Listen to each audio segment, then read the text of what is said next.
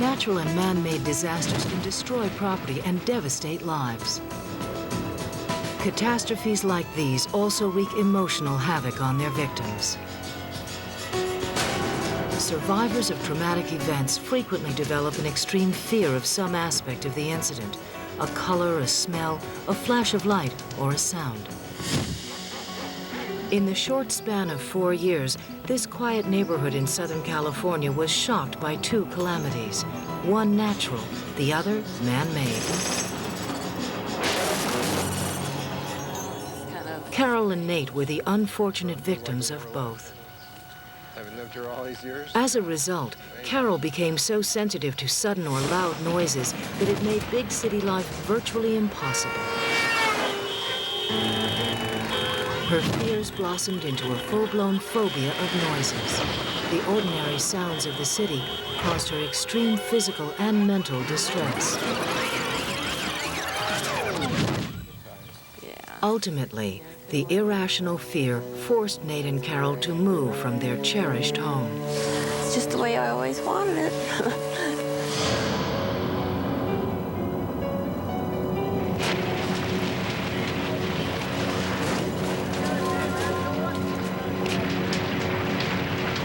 Early in the morning of January 17, 1994, a powerful trembler, the Northridge Earthquake, strikes the Los Angeles area.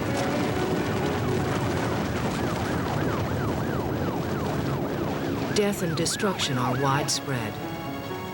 The North San Fernando Valley, where Nate and Carol live, is particularly hard hit. Their home is a shambles.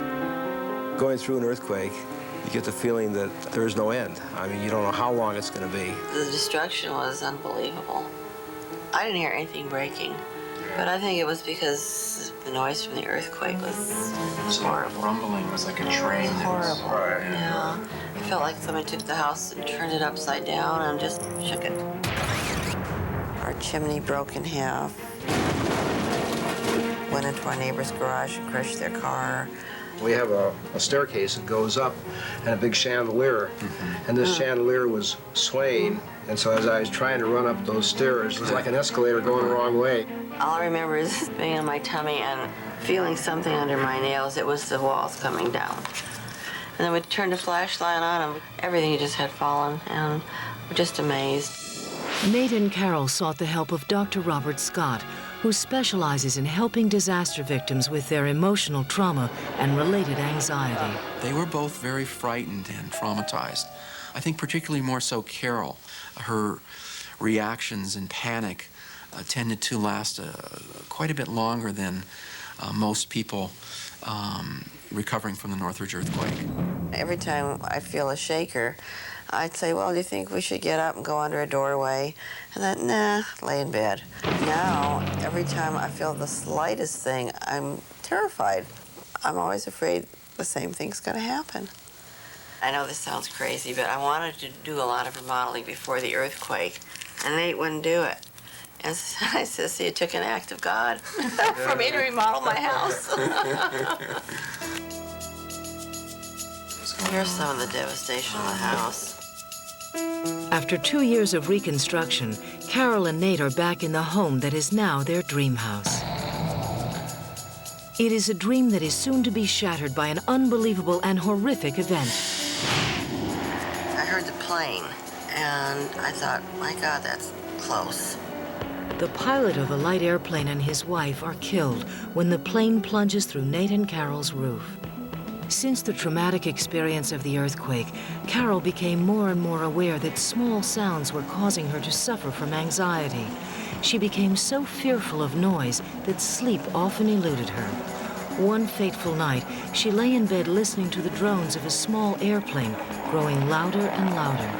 Lightning, the old adage goes, never strikes the same place twice. Carol disagrees.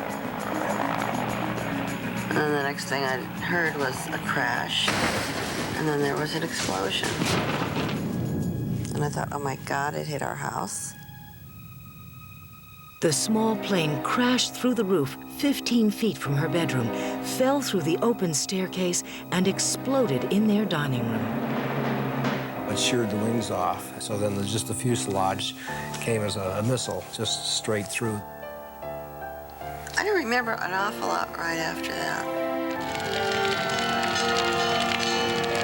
I know I was in bed and I couldn't move. And that's when I guess Nate heard me screaming. I was sound asleep and I was awoken by screams, and I just thought that there was a fire because I saw the fire. You know, I didn't feel any rumbling or shaking or anything.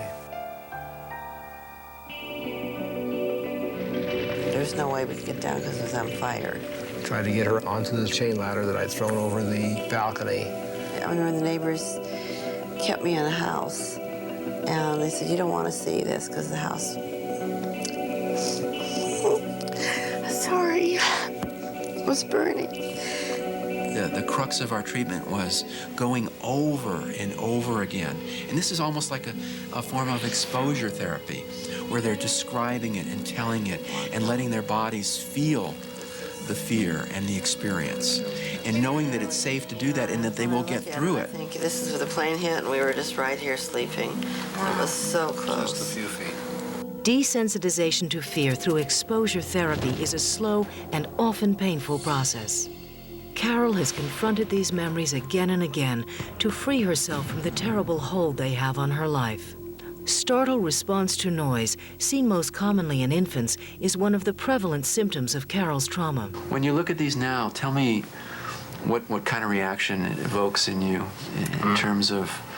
I get kind of... You get kind of emotional. Yeah. Yeah. Carol in particular, having heard the plane initially, having listened to it get closer and closer, I think was more traumatized. Is it the memory of it? Is it's coming back, or? Yeah. Yeah. Just like it's happening all over again. I loved that house, and I have to see it go, and then to see what happened to these people, Pilot and his wife. It's just very hard to know that this happened in our house, and it's a tragedy. I haven't seen these pictures for a while, and it just brings it all back again. When you look at this, there's a lot of loss here. This was a home you loved. This was a home you cherished, and remember, this is not the first time. This is the second time you've been through an event with this home. Carol was never able to return to her cherished home. The memory of the catastrophes was just too painful. The frequent sounds of the airplanes flying overhead, too frightening. That's where we came down. As part of her therapy, Carol and Nate visit the home where they raised their family for the first time in 2 years. The visit is filled with bittersweet memories and a little of Carol's unwelcome friend, fear.